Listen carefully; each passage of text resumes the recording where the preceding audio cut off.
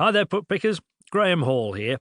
You probably know me as the dog father, that tall bloke off the telly who wears a cravat and helps people get their dogs to stop doing naughty things. That's me. But working with slightly mischievous adult dogs is only part of what I do. A big part of my 15-year dog training career has always been about helping dog owners to choose, look after and train their new puppies.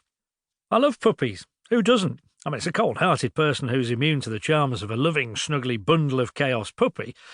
And if ever I retire from dog training, I'm sure it'll be the lovely biscuity smell of puppies and the laughter that always comes from them that I'll miss the most.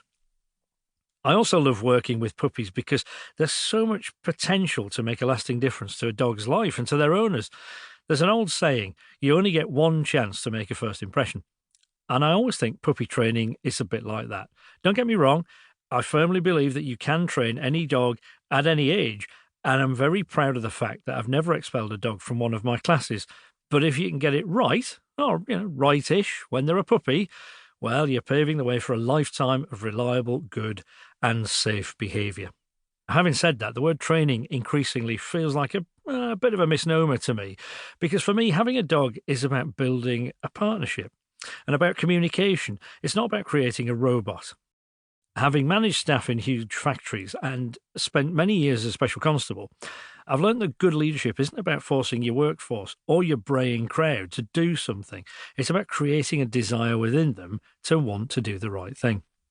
Now, the best boss you ever had didn't shout at you or push you or shove you, although you probably wouldn't have wanted to get on the wrong side of them either. Now, subtle, calm and assertive communication, especially body language and tone of voice, will always beat bullying and demands.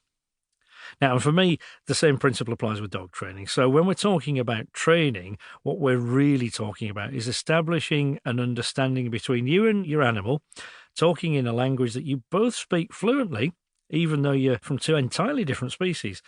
Rather than a dog who does what they're told, I'm always aiming for a dog who understands, anticipates, and responds to you.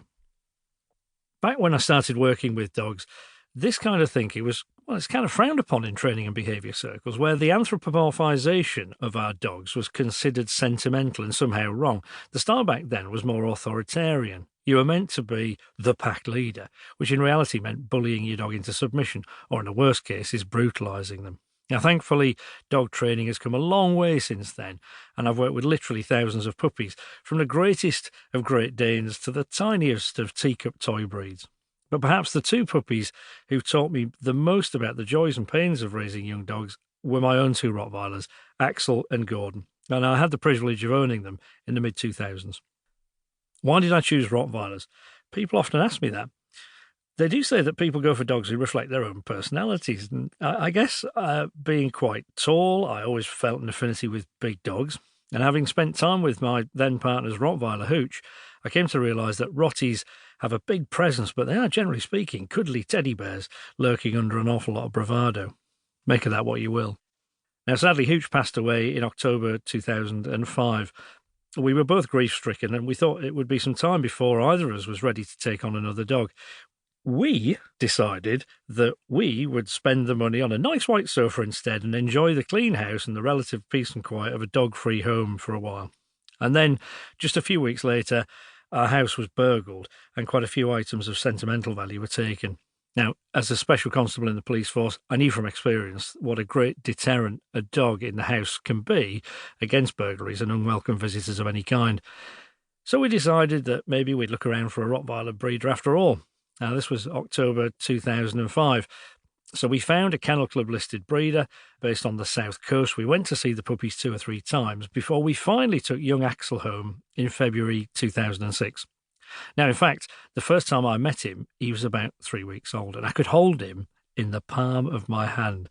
Now, by the time he was fully grown, he was a 50-kilo dog, and that was, well, unsurprisingly, no longer possible. I often talk about that breeder and the process of choosing Axel as a great example of how the puppy buying process should go. The breeder was extremely caring and really proud of her dogs, and each time we visited, it felt as though we were being interviewed for a very important job. And that's how it should be.